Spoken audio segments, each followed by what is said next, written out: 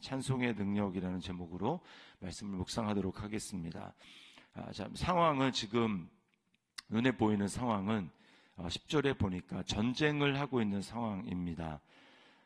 누가 나를 이끌어 견고한 성읍으로 인도해 드리며 누가 나를 에돔으로 인도할꼬. 11절에 하나님이여 주께서 우리를 버리지 아니하셨나이까.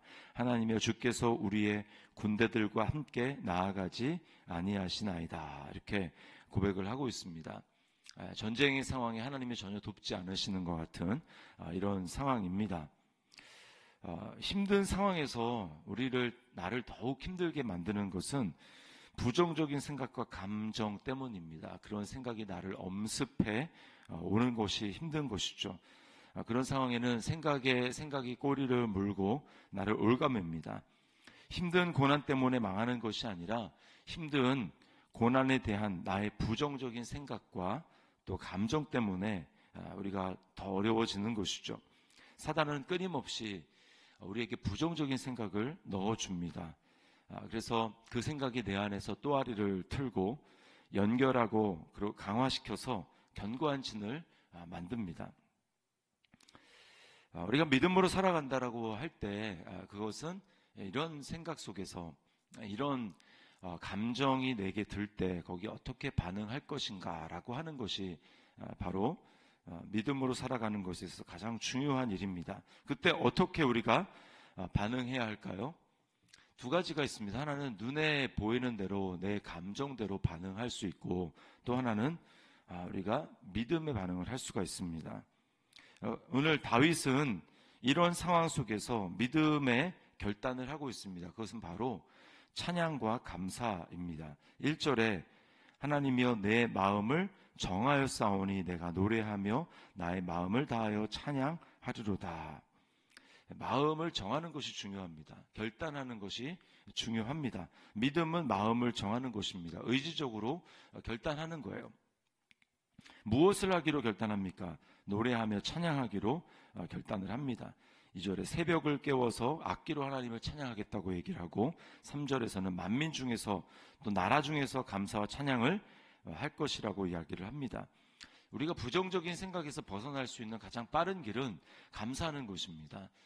부정적인 생각을 하지 말아야지라고 하는 순간 더 부정적인 생각이 사로잡힙니다. 그것이 우리를 거기서 벗어나지 못하게 합니다. 반면에 찬양하고 감사할 때 우리는 그렇게 하는 중에 나도 모르게 어느 순간인가 내가 하나님께 집중하고 있음을 깨닫게 됩니다.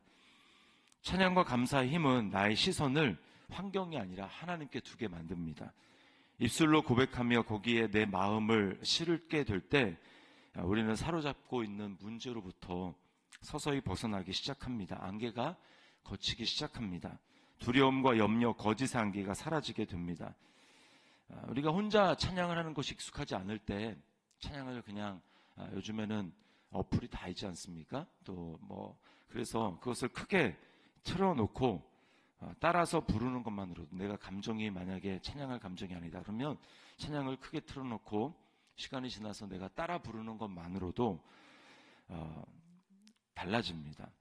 그리고 또 가급적이면 찬양의 가사를 외우고 우리가 하면 좋습니다.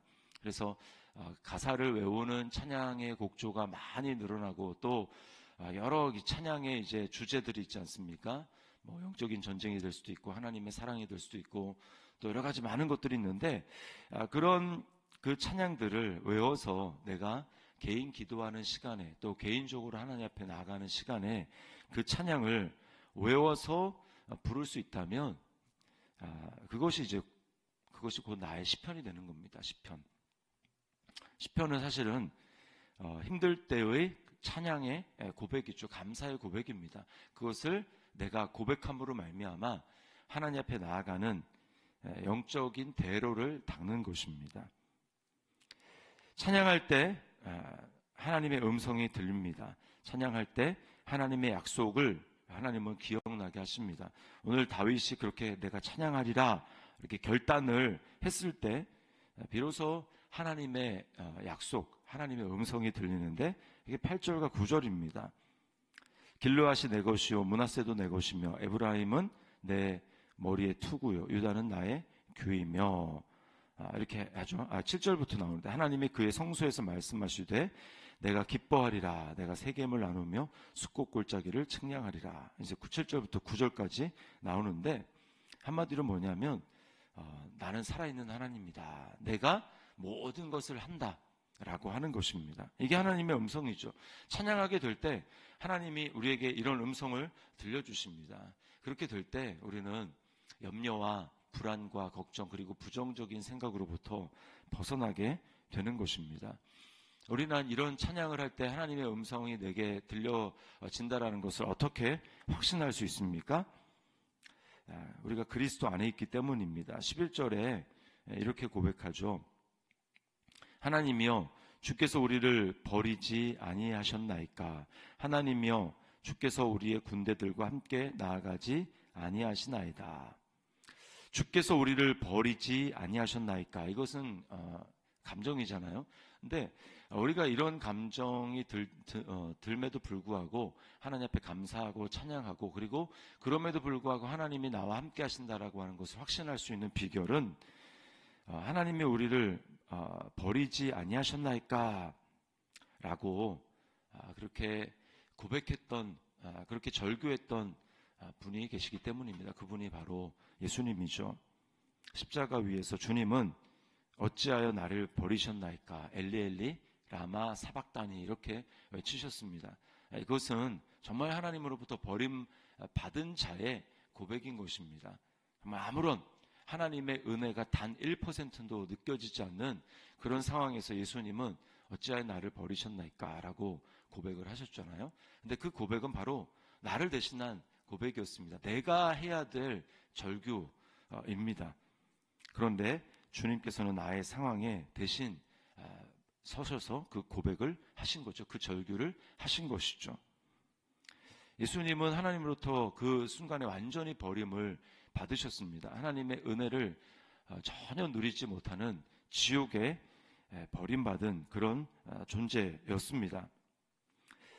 그렇기 때문에 예수님 안에서 하나님의 모든 심판이 있었기 때문에 우리는 감정적으로 또는 그렇게 느낄 만한 정말 버림받을 만한 하나님이 나를 버린 것 아닌가, 하나님이 나를 완전히 잊어버린 것 아닌가 싶은 그런 고백들이 많지 않습니까? 그런 중에서도 우리는 그렇지 않다라고 단호히 확신할 수 있는, 그렇게 고백할 수 있는 이유는 예수님이 그렇게 되셨기 때문입니다. 그러므로 예수 안에 있는 나는 절대로 하나님으로부터 버림받지 않고 내 상황이 아무리 힘든다 할지라도, 감정이 아무리 내 상황에 대해서 하나님이 너를 더 이상 사랑하지 않는다고 말한다 할지라도 우리는 그 상황에서 절대 마귀의 꾀임에 넘어가면 안 됩니다. 예수님이 버림받으셨기 때문에 우리는 절대로 버림받지 않고 하나님의 사랑과 은혜를 받는 존재라고 하는 것을 기억해야 합니다. 이것이 로마서 8장의 처음과 마지막의 고백이에요. 로마서 8장 38절 39절에 뭐라고 이야기를 합니까? 내가 확신하노니 사망이나 생명이나 천사들이나 권세자들이나 현재일이나 장래일이나 능력이나 높음이나 깊음이나 다른 어떤 피조물이라도 우리를 우리 주 그리스도 예수 안에 있는 하나님의 사랑에서 끊을 수 없으리라. 이것이 고백입니다. 믿음의 결론. 예수 그리스도 안에 있는 자가 할 수 있는 믿음의 결론은 바로 그거예요. 사망의 순간에 놓여있다 할지라도, 또 그것이 현재일이든 장래일이든 상관없이, 그리고 그것이 이 세상에 존재하는 어떠한 피조물이라 할지라도 하나님의 사랑에서 끊을 수 없다. 이것이 그리스도 안에 있는 자의 결론입니다. 그러므로 우리가 찬양할 수 있는 거예요. 그러므로 바울 사도가 우리에게 항상 기뻐하고 범사에 감사하고 쉬지 말고 기도하라 라고 말할 수 있는 이유는 어떤 상황에서든지 하나님 우리를 버리지 않으시고 우리를 놓지 않으시고 우리와 함께 하시고 임마누엘의 그 약속은 떠나지 않으시기 때문에 우리는 어떤 순간에도 찬양할 수 있고 감사할 수 있습니다. 그러므로 이 새벽에 우리는 다윗과 똑같이 선택해야 됩니다. 내가 내 마음을 정하고 정하였습니다. 내가 새벽을 깨우고 내가 하나님을 찬양하고 노래하겠습니다. 내 마음을 다해서 그렇게 주님을 노래하겠습니다. 이것이 바로 성도의 믿음의 고백이고, 그렇게 이제 우리가 고백하게 될 때 내 마음 가운데 먼저 하나님의 평안과 또 하나님의 기쁨이 회복되는 놀라운 기적 역사를 경험하게 되고, 그렇게 되면 더 나아가서 삶에 내가 주어진 어려운 상황도 하나님께서 가장 선한 길로 인도해 주시는 것입니다. 이것이 성도의 믿음으로 살아가는 방법이에요. 눈에 보이는 환경대로, 느껴지는 감정대로 입으로 말하고 그렇게 살아가는 것이 아니라, 이제는 내가 예수님 안에 있기 때문에 예수님처럼 말해야 됩니다. 예수님이라면 하셨을 그 말을 해야 합니다.